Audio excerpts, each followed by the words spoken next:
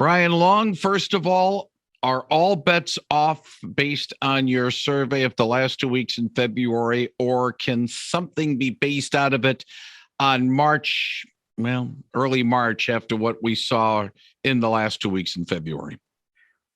We have to say all bets are off from the standpoint that we don't know where all the chips are going to fall. As far as the industrial market is concerned, what we're, of course, most concerned about is these rising prices.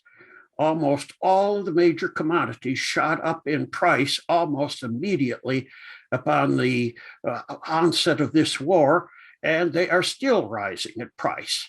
We just don't know what the availability is going to be of some of these commodities that come out of both the Ukraine and Russia. We're just not sure if, in fact, the shipments are going to keep coming despite the disruptions, or if, in fact, they're going to get cut off, or in the case of the United States, just turned around and sent back. That's what we've done with the oil.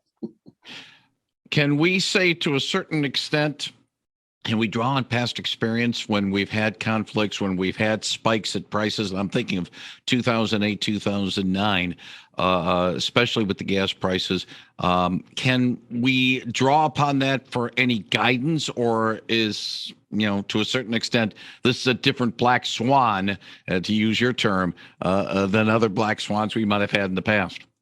Very much this is a different black swan, because we have not had a major war in Europe since, 77 years ago now. Of course, we depend on Europe for a lot of products, and Europe depends on the former Soviet Union, now in the form of both Ukraine and Russia, for raw materials, particularly in the case of oil. But I have to say, almost all of the non-ferrous metals, including copper, zinc, lead, nickel, tin, all of the items in the periodic table, particularly the rare earths, do come from the Soviet Union and to a certain degree from China. Now, China, of course, is so far staying out of this mess, but we still have to face the fact that all of these commodities are going up in price. And what worries us more than anything is not just the price, but the availability. Price and availability is one thing. Will the price be so high that the demand is basically going to bottom out, and that might be the only thing that can stop this spiraling up, or what?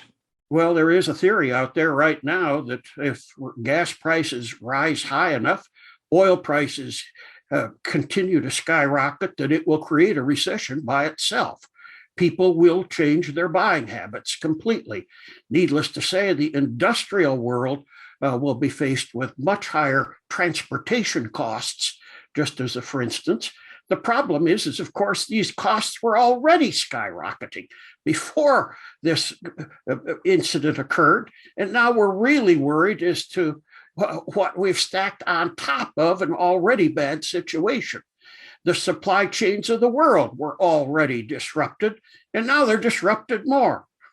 Yeah, last thing we needed. But, some people are short-sighted, and, that might be people in the Kremlin. How long will this affect? Can you even think about the long-range effect of this? I mean, are we talking that something could go into 2023? 2024, or is that, are we still too close to the situation now to even think about long-term effects? We may be a little bit long-term as far as the brunt that we are seeing right now, because as somebody pointed out, there could be another revolution in Russia right now, and the Putin administration would be overturned, and the situation would calm. That said, we were still looking at all of 2022 before the chip shortage was going to be solved.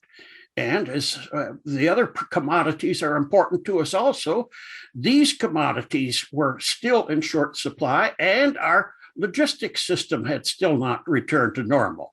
There were signs that it was beginning to return to normal, but obviously this chain of events has put all the cards up in the air, and we're waiting for them to come back down again.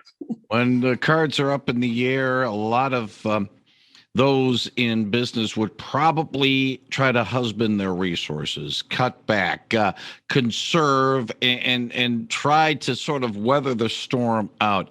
Are you getting a sense from a little bit from what you surveyed in the end of February, but maybe from your past experiences that indeed we will see retrenching by the industrial sector, or will we still see maybe some venturing out? Probably we're going to see some retrenching right here. We just again don't know just exactly how bad the situation is going to get. The industrial market, of course, relies on this delivery system, this logistics system that we've built, and it's become a lot more fragile than we thought it was. As a result, one of the problems that we see is hoarding right now. A lot of firms, if they do have extra product, they hoard and then they turn around and order more, even though they've got plenty on hand. And they have no intention of turning around and selling this, but they are worried again about the availability and the rising prices. If in fact the hostilities cease, if in fact the situation reverses itself, it will be like the end of most recessions, that they will in turn start living off of their inventories. And this will pull billions of dollars out of the economy. This is what historically has happened in the past. We don't know for sure that that's going to happen now, but once again, history is sometimes an indicator as to where we're going. But as you said in the beginning of our conversation, Brian, right now, all bets are off. We really can't go on past history right now.